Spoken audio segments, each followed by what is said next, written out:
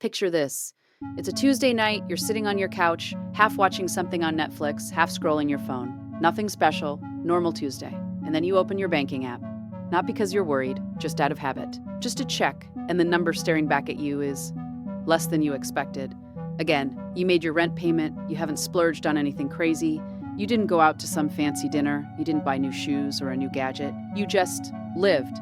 And somehow there is less money in your account than there was this time last month. Sound familiar?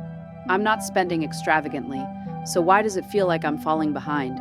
Here's the uncomfortable answer most people never get. You are falling behind, right now, tonight, while you're sitting on that couch. And it isn't because you're irresponsible, it isn't because you need to cut out lattes or cancel your gym membership. It's because there are at least 7 specific mechanisms quietly extracting money from your life every single month. And most of them are completely invisible to you. Not invisible in a conspiracy theory way. Invisible in a deeply structural, mathematically precise way. The kind of invisible that's been engineered by people who are very good at their jobs. 60% of Americans cannot cover a $1,000 emergency. That includes people earning $80,000, $100,000 a year. Today, I am going to walk you through exactly what is happening to your money, month after month, without your knowledge or consent. I'm going to name the mechanisms, show you the math, and give you a 4-step algorithm to stop the bleeding. By the end of this video, you will not just feel informed, you will feel angry. And then you will feel ready. My name is Ava, and I have spent 17 years inside the machinery of investment banking and corporate accounting, watching patterns that would genuinely disturb you if you could see them from where I've stood. I have watched high-earning professionals, people making $180,000 a year, show up to financial reviews with less than $8,000 in liquid savings. I have watched middle-income families lose tens of thousands of dollars over a decade to fees, inflation, and habits they didn't even know they had. What I found, over and over again, wasn't stupidity. It wasn't laziness. It was a systems problem. People were working inside a financial architecture designed to extract value from them quietly, consistently, and with complete legal cover. This channel exists to translate the financial world's robot jargon into plain English. No mindset fluff, no crypto moonshots, just the unsexy truth, with the boring math to back it up. If you find what I'm about to share useful, hit subscribe. Not because I need the numbers, but because the content I'm putting out here is the kind of financial education that used to cost $500 an hour to access. It makes sense to be here. Now, let's talk about where your money is actually going. The case studies, Rachel versus Marcus. They live in the same city. They both graduated college in the same year. They are both 34 years old.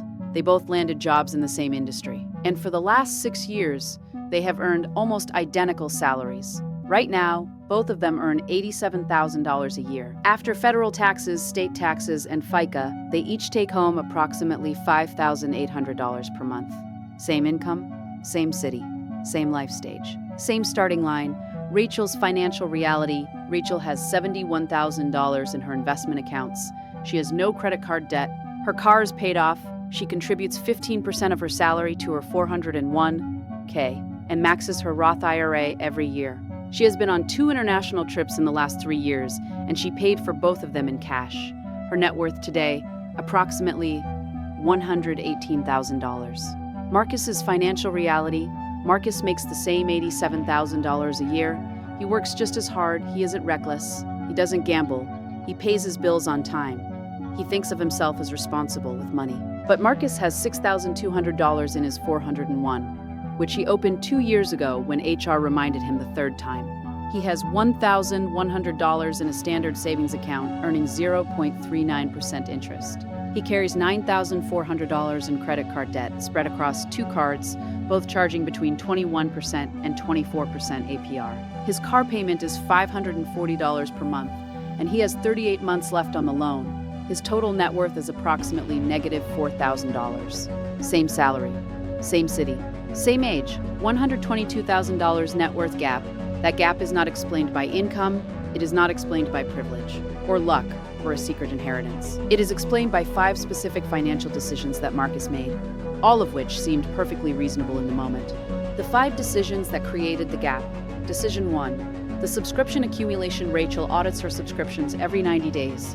She currently spends $42 per month on recurring digital services. Marcus has never audited his. He currently spends $213 per month across Netflix, Hulu, Disney+, HBO Max, Spotify, Apple iCloud storage, a news app, a meditation app he downloaded during a rough week in 22, a meal kit service that paused but never fully canceled, and 3 other subscriptions he genuinely cannot name. Difference per month, $171. Per year, $2,052. Over 10 years, invested at 8% annual returns, approximately $30,000. Decision 2, the car financing trap. When Rachel needed a car 3 years ago, she bought a 4-year-old Honda Accord with 38,000 miles for $14,500 in cash. She had saved that money over 14 months by keeping her previous car alive. Marcus bought a new car because it felt like time. The new car smell, the clean financing offered, the only $540 per month pitch from the finance manager. He did not think about what $540 per month for 72 months actually means in total cost. The car's current market value, $28,500. His remaining loan balance, $21,800. His net equity, $6,700. The interest he will pay over the life of the loan, $7,900. The opportunity cost of the payments, $540 per month invested for the full loan term at 8%, is another $44,000 in lost wealth. It is a wealth destruction machine disguised as transportation. Decision 3, the high-yield savings blind spot. Rachel moved her emergency fund to an online high-yield savings account in 2002-01, when rates started climbing. She currently earns 4.1% APY on $14,000. That is approximately $574 per year in interest, requiring zero effort after the initial account setup. Marcus keeps his $1,100 in the savings account attached to his checking account at his traditional bank. That account pays 0.39% APY. He earns approximately $4.29 per year. The mechanics are identical. The difference is pure information asymmetry. Decision 4, the credit card interest drip. Marcus's $9,400 in credit card debt is not the result of a single reckless purchase. It accumulated over 4 years through a combination of 3 restaurant meals per week, averaging $22 each, 1 weekend trip funded with a card he intended to pay off, a laptop replacement during a moment of urgency, and the slow gravitational pull of having a card with a limit that exceeded his discipline. At 22.5% average APR, Marcus pays approximately $177 per month in interest charges. Every month, just in interest. He is not reducing his debt, he is servicing it. That is $2,124 per year transferred directly to a bank in exchange for nothing. Decision 5, the retirement contribution delay. Rachel started contributing to her 401 the month she started her job at age 24, capturing her employer's 3% match. From day one, Marcus enrolled at 32 because he would deal with it later. Those 8 missing years of contributions and compound growth represent a difference that no catch-up strategy can fully overcome. A dollar invested at 24 at 8% average returns is worth $10.06 at age 65. A dollar invested at 32 is worth $5.43. The delay cut the value of every retirement dollar he could have invested during those years by nearly half. The reframing, the unsexy math. Visual whiteboard or clean motion graphics showing compounding curves. Simple, clean visuals. No overwhelming charts. Your monthly financial losses are not just the dollar amounts you're losing. They are the opportunity cost of what those dollars could have become. This distinction is the difference between thinking I spend $171 more per month on subscriptions than I need to, and understanding I am destroying $30,000 of future wealth with services I'm barely. Using his own actual life as the case study. The silent heist, Marcus's full monthly bleed, monthly extraction breakdown, unnecessary subscription spending versus Rachel, $171/month, credit card interest charges, $177/month, cost of financing versus buying used, car depreciation plus interest versus paid off vehicle, approximately $310/month equivalent wealth destruction, $47/month in lost interest, employer match he missed by delaying 401k enrollment, averaging $110/month in lost free money, approximately $815 per month, $9,780 per year. Every year, $9,780 per year sounds significant. But the opportunity cost is where the number becomes genuinely shocking. If Marcus had redirected that $815 per month into a simple S&P 500 index fund starting at age 24, At the historical average return of 8% annually, by age 65, that single behavioral change would have produced $2,600,000 plus, not from a high salary, not from stock picking, not from timing the market, from stopping the invisible bleed. This is what I mean by the silent heist. Nobody is robbing Marcus at gunpoint. Nobody is even doing anything illegal.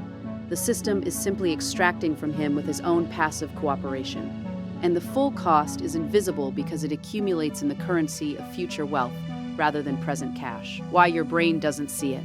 There is a neurological reason this is so hard to perceive in real time. Your brain processes losses and gains asymmetrically. Psychologists call this loss aversion. You feel the pain of a $171 loss about twice as intensely as the pleasure of a $171 gain. But your brain does not have equivalent processing power for invisible future losses. The pain of paying $177 in credit card interest this month is real but diffuse. The pain of arriving at retirement with $600,000 instead of $2.6 million is abstract and distant. Your brain treats it as a rounding error until it is catastrophically too late to fix. The financial industry understands this deeply. Every subscription service, every auto dealership, every credit card company has invested billions of dollars into understanding exactly how to keep the cost invisible while keeping the behavior going. Subscription services make cancellation harder than sign up. Dealerships pitch monthly payments instead of total cost. Credit card statements bury the interest charge in a line item most people scroll past. The invisibility is not accidental. It is engineered. The compound interest reality check. Everyone talks about compound interest as though it is magic. Einstein supposedly called it the eighth wonder of the world. Every financial video mentions it in the first 5 minutes. And then they show you a graph and move on without actually explaining why it feels like a complete lie for the first several years you invest. Here is why. Compound growth is backloaded. In the early years, your contributions dominate your returns. If you're investing $500 per month and your portfolio has grown to $30,000, an 8% return adds $2,400 to your balance. Your contribution is still doing more work than your money is, but at $200,000, that same 8% generates $16,000 per year. Your money is now working as hard as you are. At $500,000, it generates $40,000 per year. Your money is working harder than you are. This is the 8-4-3 rule. It takes approximately 8 years to hit your first major milestone, 4 more years to double it, only 3 more years to double it again. The timeline compresses because the base grows. You are not investing on a treadmill. You are investing on a curve that eventually becomes nearly vertical. The tragedy is that most people quit during the first 8 years because the progress feels painfully slow. They never reach the knee of the curve. They stop pushing the boulder right before it starts rolling on its own. You are not too late. But the cost of waiting 1 more year is higher than you think. The 4-step algorithm. This is not aspirational advice. This is a specific operational framework, ordered by mathematical priority. Do not skip ahead. Do not reorder. The sequence is the point. Step 1. Audit and eliminate the subscription bleed. Pull up your last 3 months of bank and credit card statements. Create a list of every recurring charge, every single one. Then apply a 2-question filter to each item. 1. Have I used this in the last 30 days? 2. If this charge disappeared tomorrow, would I go out of my way to get it back? If the answer to both questions is not a clear yes, cancel it tonight. Not this weekend, tonight. The average person who completes this audit discovers they are paying for 3 to 6 services they had genuinely forgotten about. At an average of $15 per service, that is $45 to $90 per month freed up before you have changed a single lifestyle habit. Automate the saving. The moment you cancel a subscription, set up an automatic transfer for the same dollar amount into a separate high-yield savings account. Your lifestyle does not change. Your wealth trajectory does. Step 2. Move your savings. Tonight, if your emergency fund is sitting in a standard bank savings account earning less than 1%, you are paying a silent fee for the privilege of not knowing better. In 22/6, high-yield savings accounts at online banks are offering 3.8% to 4.5% APY. These accounts are FDIC insured up to $250,000. They are accessible within 1 to 3 business days.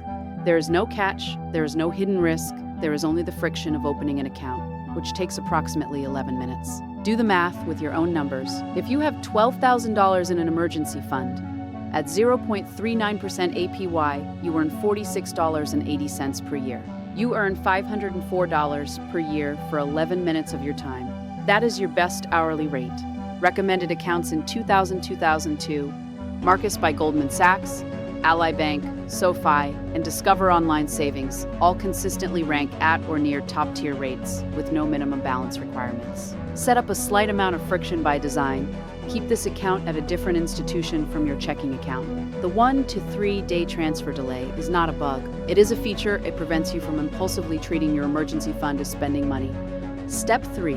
Build the wealth engine before you touch anything else. This is the step that separates the people who feel like they're managing money from the people who are actually building wealth. Your wealth engine is a low-cost, broadly diversified index fund inside a tax-advantaged retirement account. That's it. That's the whole thing. No stock picking, no market timing, no cryptocurrency, no complicated strategy. 1. Contribute enough to your 401 to capture your full employer match. An employer match is a guaranteed 50% to 100% return on that money before any market gains enter the equation. There is no investment in the world that offers a guaranteed 50% return. If you are not capturing your full match, you are declining free money. 2. Open or max a Roth IRA. In 2026, the contribution limit is $7,500 for those under 50. A Roth IRA lets your money grow completely tax-free. You pay taxes on the contributions now, and you never pay taxes on the growth. On a portfolio that could reach $700,000 or more by retirement, the tax savings are enormous. 3. If you have access to a high-deductible health plan, maximize your HSA. The HSA is the only account in the American tax code offering a triple tax advantage. Contributions are tax-deductible, growth is tax-free, and withdrawals for qualified medical expenses are tax-free. If you are healthy and can afford to pay routine medical expenses out of pocket, let your HSA compound untouched until retirement. The fund you put this money into, a total market index fund or an S&P 500 index fund with an expense ratio below 0.1%, Vanguard's VTI, Fidelity's F0OX, and Schwab's SCSBRO, and all excellent. They are boring. That is the point. Boring beats exciting in compound interest math every time. Step 4. Eliminate the high-interest debt with single-minded intensity. Any debt charging more than 10% APR is a guaranteed negative investment. Every dollar you put toward paying off a credit card charging 22% is the equivalent of earning a guaranteed 22% return on that dollar. No index fund offers a guaranteed 22% return. Nothing does. This is not a metaphor. This is the actual math of interest. The method: use the debt avalanche. List every high-interest debt from highest APR to lowest. Put every extra dollar toward the highest rate debt while making minimum payments on everything else. When that debt is eliminated, redirect its entire payment toward the next one. The momentum compounds. The psychological alternative is the debt snowball. Pay off the smallest balance first, regardless of rate, to generate early wins. The snowball costs more in interest, but produces motivation for some people. Pick the method you will actually execute and do not deviate. The one rule that overrides both methods: do not reduce your 401k contribution enough to lose your employer match while paying off debt. The match return is guaranteed and higher than nearly any debt rate. Always capture the match first. Then attack the debt. The choice is yours. Let me bring you back to that Tuesday night. You on the couch. The bank account number that doesn't make sense. Here's what is actually happening in that moment. You are at the tail end of a system that has been working on you for years. Subscription services, auto financing structures, default savings account rates, credit card interest structures. None of these were designed with your long-term wealth in mind. All of them were designed to extract from you efficiently, invisibly, and with your passive cooperation. The invisible part is not your fault. The passivity going forward would be: let me show you who Marcus becomes if he makes 4 changes tonight. He cancels 6 subscriptions he's not using. $104 per month. Freed. He moves his savings to a high-yield account, $47 per month in recaptured interest. He increases his 401 contribution to capture his full employer match, $217 per month in captured free money. He stops making minimum payments on his credit card and attacks it aggressively. $177 per month in interest that will eventually disappear. Total monthly redirection: $545. Over 30 years at 8% returns, $815,000 plus. This is the math of 4 Tuesday night decisions. 4 decisions, 1 evening, not a personality overhaul, not a career change, not a get-rich scheme or a speculative investment or a side hustle that consumes your weekends. Just a correct accounting of where your money is actually going, followed by 4 specific redirections. The people who build real wealth are not smarter than you. They are not luckier than you. The research is clear. 79% of millionaires are first generation. Most of them never earned six figures. They reached their net worth after 28 years of consistent behavior. They just stopped letting the system extract from them passively and started directing their money intentionally. They automated saving before they could spend. They kept their cars boring and their portfolios boring, and they let compound interest do the heavy lifting. There's a version of your financial life that looks radically different from where you are tonight. That version does not require extraordinary income. It requires 4 decisions executed in sequence, starting now. The choice is entirely yours, and you are making it right now whether you realize it or not. Every month you wait is another $815 that could have compounded into your future instead of someone else's. Your future self will not remember the Netflix shows you watched this year. They will remember whether you started. Start tonight, not Monday. Tonight,